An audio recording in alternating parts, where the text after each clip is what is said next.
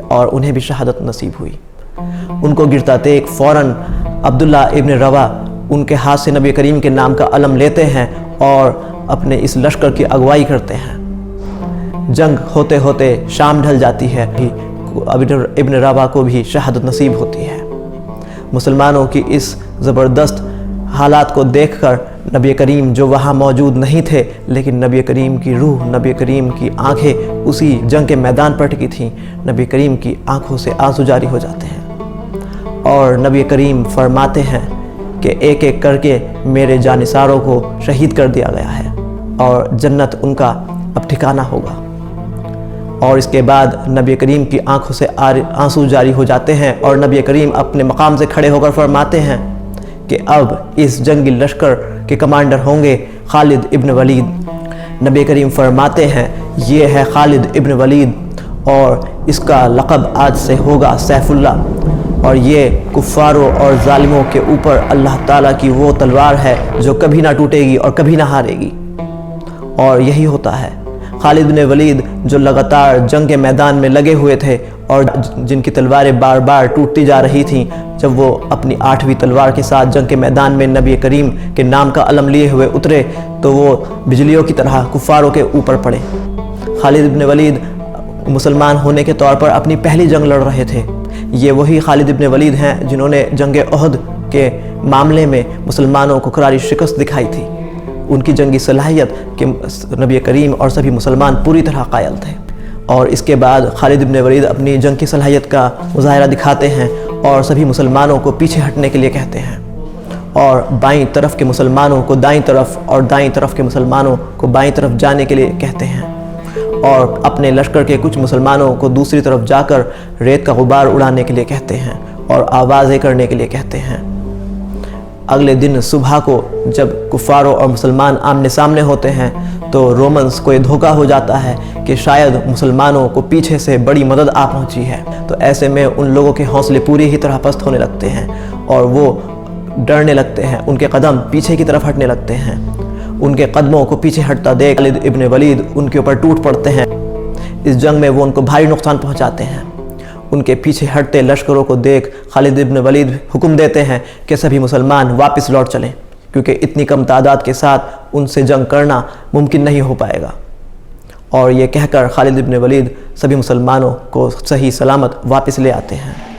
اس بات کی خبر سنتے ہی نبی کریم خالد بن ولید کا استقبال کرتے ہیں اور فرماتے ہیں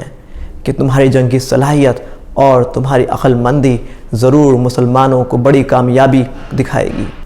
اس معاملے کا ذکر اللہ تعالیٰ قرآن کریم میں سورہ توبہ، جو کہ حضور کی زندگی کے آخری صورتوں میں سے ایک ہے، سورہ توبہ آیت نمبر 38 سے 40 میں کرتے ہوئے فرماتے ہیں کہ اس معاملے کے بعد مسلمانوں کے دل کچھ سہمے ہوئے سے تھے،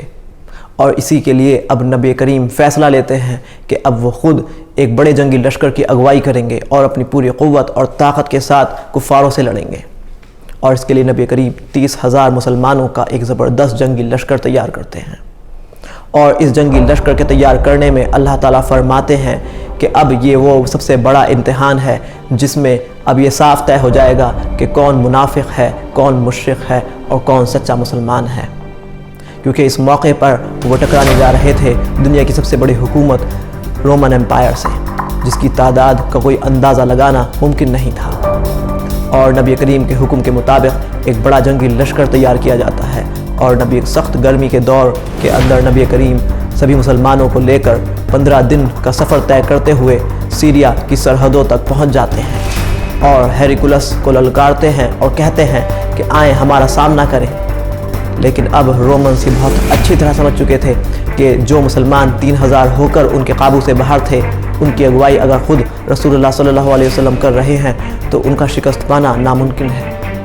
اور وہ جنگ کے میدان میں آتے ہی نہیں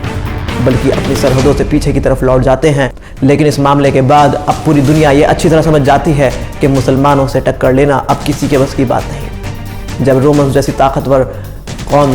لوگ مسلمانوں کا سامنا کرنے سے بچ گئے تو اب کوئی ایسی طاقت نہیں جو مسلمانوں کا سامنا کر سکے۔ اور اس کے بعد نبی کریم واپس لوٹ آتے ہیں، اور واپس آ کر نبی کریم فرماتے ہیں کہ یہ جنگ، یہ جہاد، یہ جد و جہد جاری رہنی چاہیے، کیونکہ اب نبی کریم کی عمر ہونے لگی ہے تو نبی کریم کو اندازہ ہو جاتا ہے کہ اب ان کا دنیا سے رخصت ہونے کا وقت آ گیا ہے۔ نبی کریم فرماتے ہیں کہ اس قرآن کریم کی کچھ موٹی موٹی باتیں، کچھ خاص باتیں اب ہم تمہارے دلوں میں چھوڑے جاتے ہیں، اور ان باتوں کا سبھی مسلمان خیال رکھیں۔ کیا تھیں یہ باتیں جن کو نبی کریم نے دنیا سے رخصت ہوتے وقت سبھی مسلمانوں سے کہا؟ آخر وہ کون سی باتیں تھیں جن کے بارے میں نبی کریم نے ذکر کیا؟ نبی کریم نے دنیا سے رخصت ہونے سے پہلے سبھی مسلمانوں کو یہ کہا کہ سبھی مسلمانوں کو یہ چاہیے کہ وہ ایک دوسرے تک ان باتوں کو پہنچائیں۔ یہ باتیں ہیں قرآن شریف کا ایک نچوڑ، یہ باتیں ہیں نبی کریم کی زندگی کا ایک پورا حصہ۔ نبی کریم نے اپنے زندگی کو ان باتوں میں ہی سمیٹ کر رکھ دیا ہے، اور ان باتوں کو ہم کہتے ہیں خطبۃ الحجۃ الوداع۔ ہم ضرور انشاءاللہ اگلی ویڈیو میں ان سب باتوں سے آپ کو ڈسکس کریں گے۔ تب تک کے لیے دیکھتے رہیے ہمارا چینل SBS.